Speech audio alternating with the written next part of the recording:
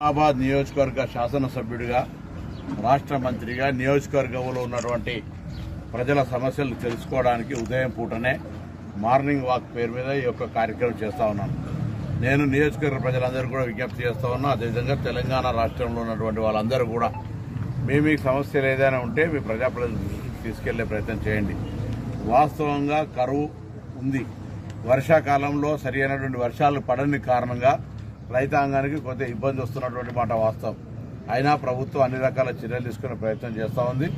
త్రాగునీటి సమస్య అసలే లేకుండా ఉండే విధంగా ప్రత్యేకమైన శ్రద్ధ తీసుకొని ఎన్ని నిధులు ఖర్చయినా గ్రామాల్లో త్రాగునీటికి సంబంధం లేకుండా ఇబ్బందులు లేకుండా పాత బావులను మళ్ళీ కిరాయి తీసుకోవడం కావచ్చు, నూతన బోర్వెల్ వేయడం కావచ్చు, ఇతరత్ర ఏ అంశాలున్నా యుద్ధ ప్రాతిపాదికన చేయమని చెప్పి గౌరవ జిల్లా కలెక్టర్లకు ఎన్నికలున్నాయి కాబట్టి ఆదేశాలు ఇవ్వడం జరిగింది.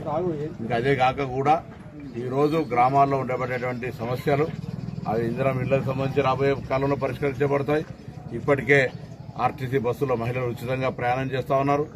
200 యూనిట్ల గ్యాస్ మన విద్యుత్ ఫ్రీ వస్తా ఉన్నది. 500 సిలిండర్ వస్తా ఉన్నది. ఇతర కార్యక్రమాలు రేషన్ కార్డులు ఇచ్చేటివన్నీ కూడా త్వరలో జరగబోతా ఉన్నాయి. కాబట్టి ప్రజలకు సంబంధించి సాగునీటి సమస్య ముందుగా ఇప్పుడు ప్రస్తుత ఈ వేసవి కాలంలో ఉన్న దృష్ట్యా వాటిని పరిష్కరించడానికి ఈ విధంగా ఉదయాన్నే రైతులను ప్రజలను కలిసేట కార్యక్రమం తీసుకున్నాం. ఈ సందర్భంగా కొన్ని అంశాలు దృష్టికి వస్తున్నాయి. వెంటనే వాటిని అధికారులకు చెప్పడం ద్వారా పరిష్కారం చేసే ప్రయత్నం చేస్తా ఉన్నాం.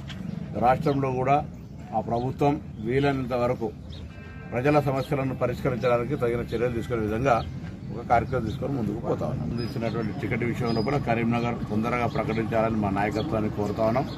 అభ్యర్థుల ఎంపికకు సంబంధించి కూడా తొందరలో మీరు ఏ నిర్ణయం తీసుకుంటారో ఆ నిర్ణయానికి మేము కట్టుబడి ఉండేటువంటి కార్యకర్తలంగా తొందరగా నిర్ణయం తీసుకొని అభ్యర్థి ఎంపికలు జాప్యం లేకుండా చేసినట్టయితే ఈ సీటును కూడా గెలిచే విధంగా అందరం 4 శాసనసభ్యులం కావచ్చు, పోటీ చేసిన అభ్యర్థులు కావచ్చు, గ్రామస్థాయి కాంగ్రెస్ దాకా కార్యకర్తలందరం కూడా ప్రభుత్వం జరుగుతున్నటువంటి ఒక మంచి పరిపాలన దృష్టిలో కానీ ఇవన్నీ తీసుకొని ముందుకు పోతాం.